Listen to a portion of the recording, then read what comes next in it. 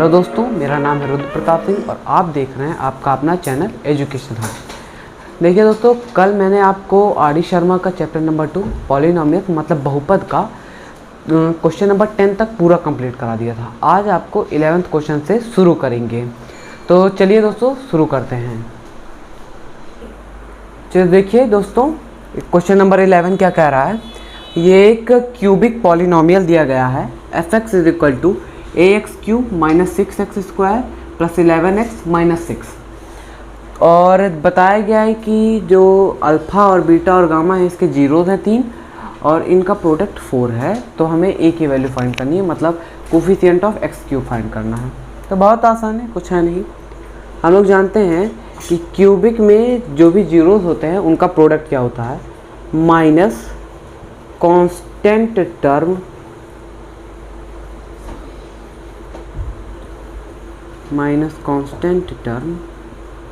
Upon coefficient of x cube.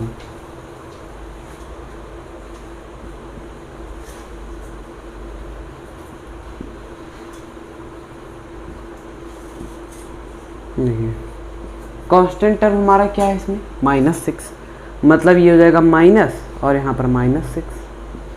और कोई भी चीज़ उठाते हैं तो उसके चिन्ह के साथ उठाते हैं। कोफिशिएंट ऑफ एक्स क्यूब क्या है, ए, जो कि हमें फाइंड करना है, अपॉन ए।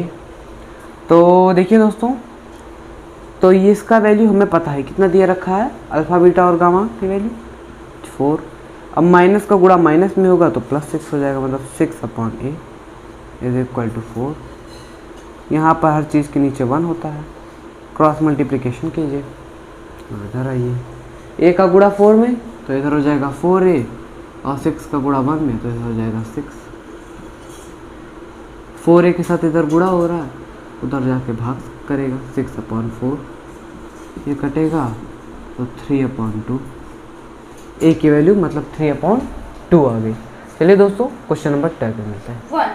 चलिए दोस्तों क्वेश्चन नंबर 12 करते हैं। देखिए क्वेश्चन नंबर 12 में क्या कह रहा है कि एफ एक्स दिया है x cube minus 3p x square plus Q x minus r और कह रहा है इनके जीरोज जो हैं वो AP में है।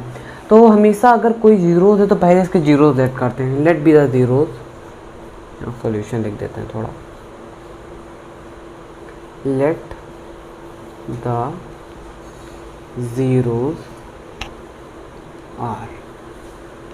भाई मान लेते हैं इनके जीरोज जो हैं वो हैं अल्फ़ा बीटा और गामा, ठीक है, अल्फ़ा बीटा और गामा। अब अगर कोई भी जीरोज अर्थमेटिक में होते हैं तो आपको पता होगा भाई ये इसके पावर क्यूब है तो मतलब इसके 3 जीरो होंगे और 3 जीरोज होने के कारण हम लोग इसके अल्फ़ा बीटा और गामा को ऐसे लिया करेंगे, a माइनस डी,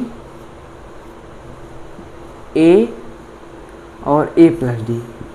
ये हमेशा एक सिस्टम होता है लेने का भाई, मतलब आसानी, जिससे ये डी कट जाए और आसानी रहेगा आपको, और भी जगहों पे मतलब जोड़ में गुणा में काफ़ी जगह पर आसानी रहेगा। तो हम ये 3 जीरो ले लेते हैं कि a माइनस डी, a और d, a प्लस डी, इसमें आपका कॉमन डिफरेंस d है, सब में डी आगे जोड़ रहा है। चलिए अब पहले हम लोग इसका एडिशन मतलब alpha plus beta plus gamma निकालते हैं। Alpha plus beta plus gamma, alpha plus beta plus gamma आपको पता है क्या होता है, माइनस बी बाई ए। इसमें माइनस बी क्या है आपका 3p, मतलब minus of minus 3p upon a क्या है 1, मतलब इसके साथ क्या कोफिशिएंट जुड़ा है 1 बटा 1। ये हो जाएगा आपका माइनस का माइनस से गुणा होगा, ये हो जाएगा 3p, मतलब alpha plus beta plus gamma की वैल्यू आ गई आपकी 3p। एक प्रकार से इसे ऐसे भी लिख सकते हैं कि ये और ये इन तीनों का जोड़ 3p है। इसे इस तरीके से भी लिख लेते हैं। फर्स्ट जीरो है हमारा a minus D plus a plus D. अब देखिए इधर माइनस डी है, इधर प्लस डी है, ये और ये कैंसिल, यहाँ पर 1a तीनों जोड़ जाएगा तो ये हो जाएगा आपका 3a, मतलब 3a is equal to 3p। ए के साथ इधर मल्टीप्लाई हो रहा है और इधर 3 के साथ मल्टीप्लाई हो तो ए इज इक्वल टू हो जाएगा पी। इससे हम भाई ब्रैकेट में कर लेते हैं क्योंकि ये हमारा एक इम्पॉर्टेंट चीज़ है। इक्वेशन 1 मान लेते हैं। तो ये आपका हो गया ए इज इक्वल टू पी। अभी हमको क्या निकालना है इसमें, हाँ मतलब इसमें एक इक्वेशन बताना है इसका। ए इज इक्वल टू पी आ गया तो ज़रा यहाँ पर रख के हम लोग देखें इसका वैल्यू कितना आता है। अच्छा नहीं, पहले हाँ ए इसका जीरोज है और ए की वैल्यू यहाँ पर रख देते हैं, एफ ऑफ ए। तो ए का एक एक्स की जगह ए रखेंगे तो इधर हो जाएगा a cube, 3p x square की जगह रखेंगे तो एक्स स्क्वायर की जगह पर रखेंगे तो -3p एक्स स्क्वायर की जगह ए स्क्वायर, और यहाँ पर क्यू एक्स की जगह ए और इधर -r। यहाँ पर आपका बचेगा a cube -3p a square plus q a -r। अब यहाँ पर p की वैल्यू भी आपको हमने यहाँ पर प्रूफ किया है कि p की वैल्यू भी a है, तो वो भी कर देते हैं। ए cube -3 into A square plus A cube -r।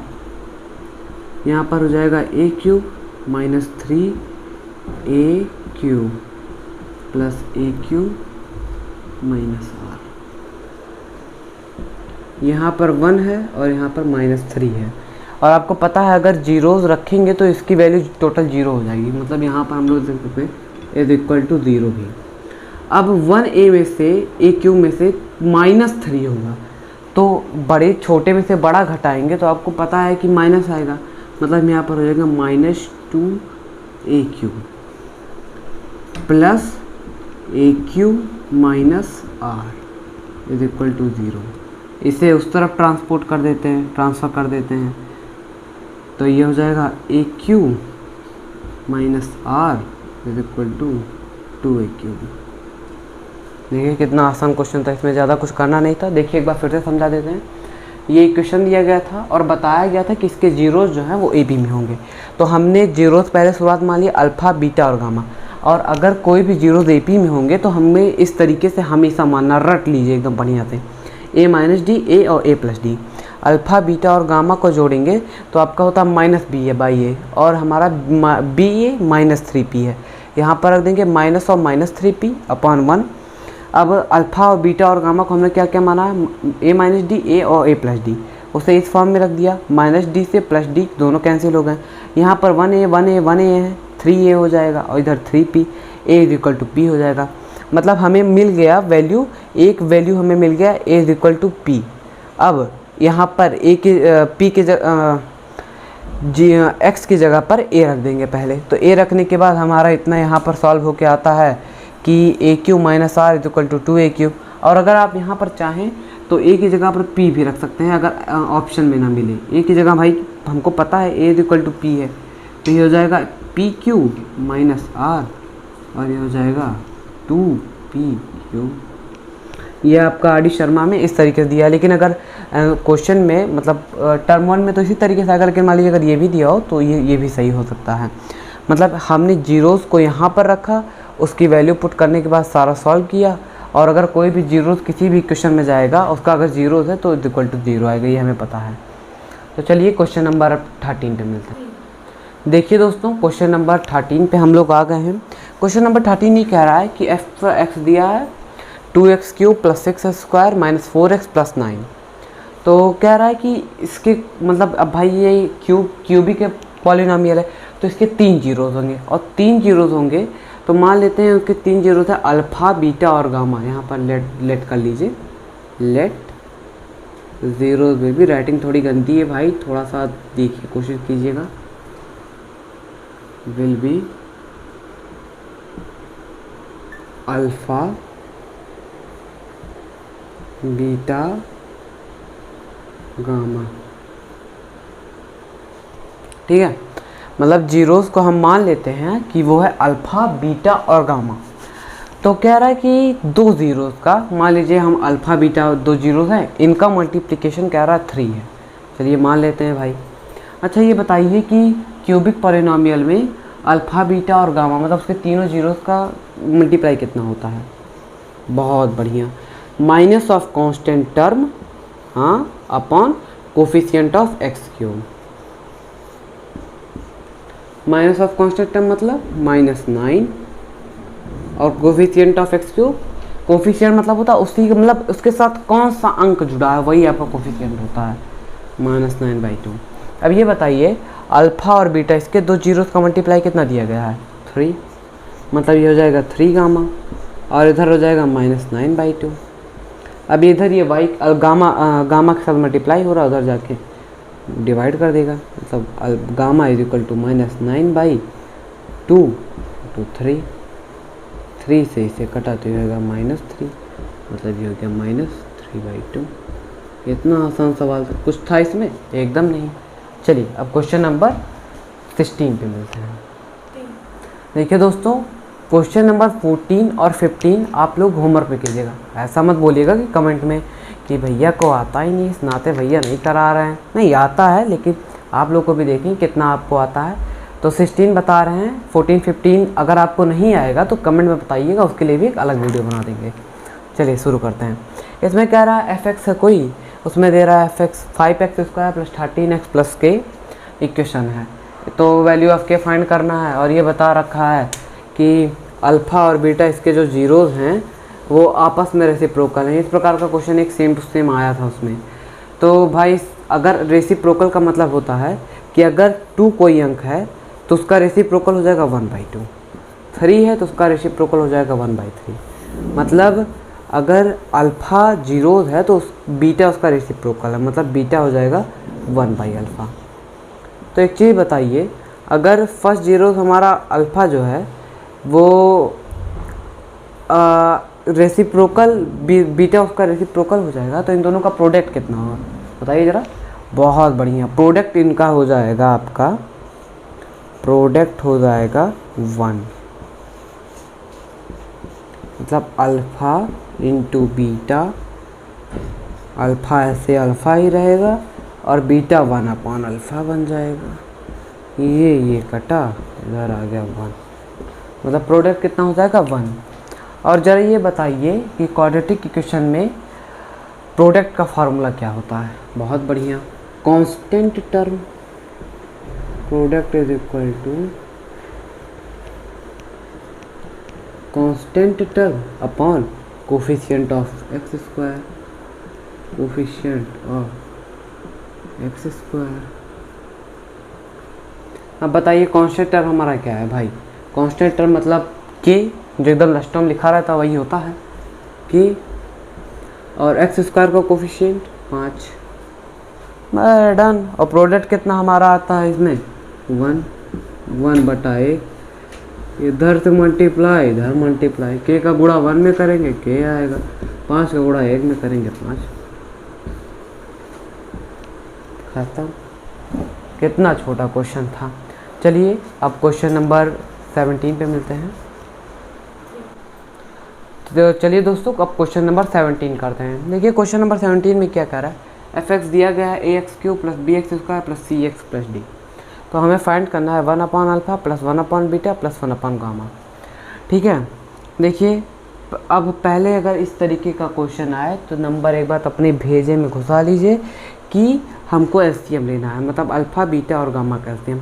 इससे इसमें डिवाइड करेंगे तो बीटा गामा बचेगा, बीटा से इसमें डिवाइड करेंगे अल्फ़ा गामा बचेगा, अल्फ़ा से इसमें डिवाइड करेंगे तो अल्फ़ा बीटा बचेगा। थोड़ा भाई मेरी राइटिंग गंदी है, थोड़ा देख लीजिएगा, नहीं तो पता चले कमेंट में कुछ और ही शुरू हो जाता है। फिर ये हम इसे बढ़िया रीअरेंज करके बढ़िया से लिख दें। फिर आप इसका फार्मूला जानते हैं, अगर जानते हैं तो कमेंट करके तुरंत वीडियो को पॉज करिए, तुरंत बताइए कि इसका फार्मूला क्या होता है। इसका फार्मूला होता है आपका C/A, मतलब ये जो कोफिशिएंट ऑफ x है अपॉन कोफिशिएंट ऑफ a, मतलब कोफिशिएंट ऑफ x क्या है? C है हमारा, और कोफिशिएंट ऑफ x क्या है? a। ये फिर उसके बाद ये हमारा आ गया था, इसी को भैया हम रीअरेंज करके यहाँ पर रख दिए। यहाँ पर आपका हो जाएगा ये c by a minus D by a, और बहुत ज़्यादा गलती हो गई है यहाँ पर c, तो यहाँ माइनस सी बाई डी, यही आपका होता है और कुछ नहीं। तो एक बार फिर से समझ लीजिए, पहले हमने इसका एलसीएम लिया, फिर उसके बाद ऊपर से जो गुणा भाग करना था, गुणा भाग माइनस प्लस जो भी करना था किए, फिर इसका a alpha into beta plus beta into gamma plus alpha into gamma, इसका फार्मूला होता है coefficient of x upon coefficient of x cube. मतलब कोफिशिएंट ऑफ एक्स सी है और coefficient of x cube a है, ये लिख दिए। Alpha into beta into gamma का फार्मूला होता है माइनस डी बाई ए, मतलब minus constant term upon a. तो उसके बाद इसका यहाँ पर रख दिए और alpha into beta into gamma का नीचे रख दिए। फिर से मैं ये बताऊँ कि ये कट जाएगा तो सी बाई माइनस डी आएगा, ऊपर आ जाएगा माइनस सी बाई डी। मतलब बहुत ही हलवा क्वेश्चन था, इसमें कुछ था नहीं। चलिए अब क्वेश्चन नंबर 18 पर आते हैं। चलिए दोस्तों अब क्वेश्चन नंबर 18 करते हैं। देखिए क्वेश्चन नंबर 18 में क्या कह रहा है कि एफ एक्स दिया है x cube plus b x square plus c x plus d, इसके अल्फ़ा बीटा और गामा जीरोज हैं। वही बार बार दिमाग ख़राब किया। तो इसमें करा alpha square plus beta square plus gamma square find करना है। तो चलिए बहुत ही हलवा है। अच्छा देखिए, अगर हमें ये फाइंड करना है, इस तरीके क्वेश्चन 9th में भी थे कुछ आर डी शर्मा में, इसे हम लिख सकते हैं alpha square alpha plus beta plus gamma का होल स्क्वायर। ठीक है, अब alpha plus beta plus gamma का होल स्क्वायर का फार्मूला होता है alpha square plus beta square plus gamma square plus 2 alpha beta alpha plus beta plus gamma. अब ये फार्मूला है हमारा 9th का a प्लस बी प्लस सी। अच्छा, a प्लस बी प्लस सी का फार्मूला क्या होता था? ए square plus b square plus c square plus 2ab bracket में a plus b plus c. वही चीज़ हम इसमें भी अप्लाई कर दिए हैं। देखिए पहले क्वेश्चन रहता नहीं था a प्लस 1/a है, तो उसके बाद a square plus 1/a square बताइए, तो हम इसी का होल स्क्वायर करके इस तरीके से निकालते थे। तो देखिए अगर हमें ये निकालना है तो इस वाले टर्म में से इस वाले टर्म को पूरा घटा देंगे तो ये चीज़ निकल आएगा। तो यहाँ लिख सकते हैं alpha square plus beta square plus gamma square is equal to alpha plus beta plus gamma का whole square minus 2 alpha beta alpha plus beta plus gamma.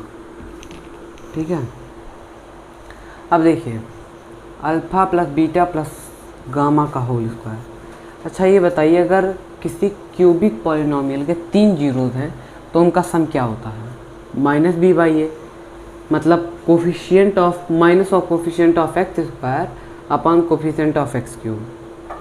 यहाँ पर लिख नहीं रहे हैं, थोड़ी जगह होगा कम है और आपको पता ही होगा ये बहुत छोटी चीज़ है, तो इसका माइनस भी हो जाएगा, मतलब माइनस बी और ये अपॉन का होल स्क्वायर माइनस यहाँ 2 है तो 2 को ऐसे ही रहने दीजिए। अल्फ़ा इंटू बीटा, मतलब अल्फ़ा इंटू बीटा का फार्मूला क्या होता है ये ज़रा हमको बताइए। क्यूबिक पॉलिनोमियल में अल्फ़ा इंटू बीटा का फार्मूला क्या होता है?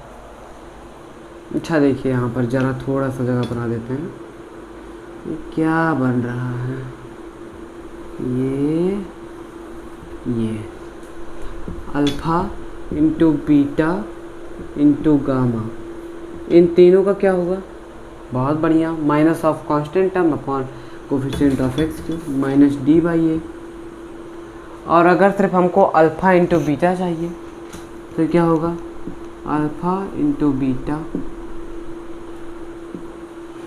Minus D by alpha Y. तो यहाँ पर हो जाएगा माइनस 2 का गुणा और माइनस डी में होगा तो प्लस हो जाएगा, plus 2d upon alpha Y, नहीं यहाँ पर ये रहेगा ए वाई, ए गामा, ठीक है। और यहाँ पर alpha plus beta plus gamma की वैल्यू फिर से वही कितनी हो जाएगी। अच्छा रुक जाइए, शायद थोड़ी सी गड़बड़ी हो रही है। आप एक काम कीजिए, पहले इस पूरे का गुणा इसमें कर डालिए। 2 माइनस 2 अल्फ़ा गामा का गुणा ए में होगा, कितना हो जाएगा।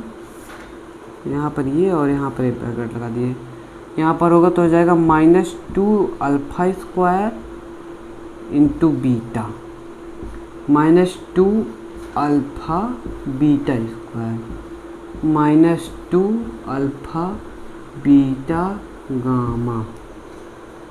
अब यहाँ से अल्फ़ा बीटा आप कॉमन कर लीजिए, माइनस अल्फ़ा बीटा कॉमन कर लीजिए, -b/a का होल स्क्वायर करेंगे तो ये +b स्क्वायर होगा और ऊपर नीचे a स्क्वायर।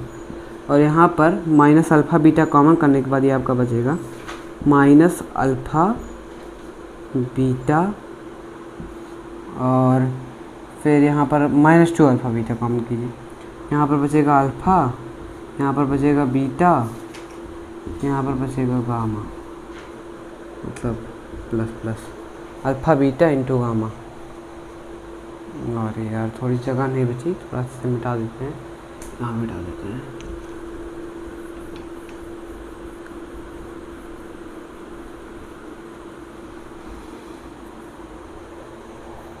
इसी को यहीं पर सॉल्व करते हैं।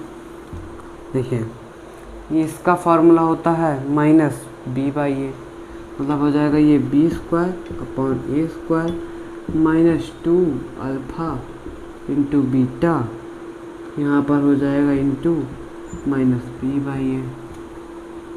और फिर उसके बाद आप आगे ज़रा सॉल्व करके कमेंट में बताइएगा, हम आपको कल इसका सॉल्यूशन बता देंगे।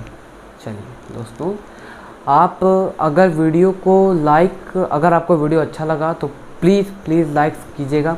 मिनिमम 10 लाइक का टारगेट रखते हैं। अगर आप 10 लाइक देंगे तो हम कल चैप्टर 2 पूरा एकदम कंप्लीट करा देंगे। तो दोस्तों आपसे एक चीज़ और कहना था कि कृपया करके सब्सक्राइब ज़रूर कीजिएगा। वैसे भी आप लोग करते तो है नहीं, लेकिन तब भी कर्म है तो कह देते हैं, धर्म है तो कह देते हैं।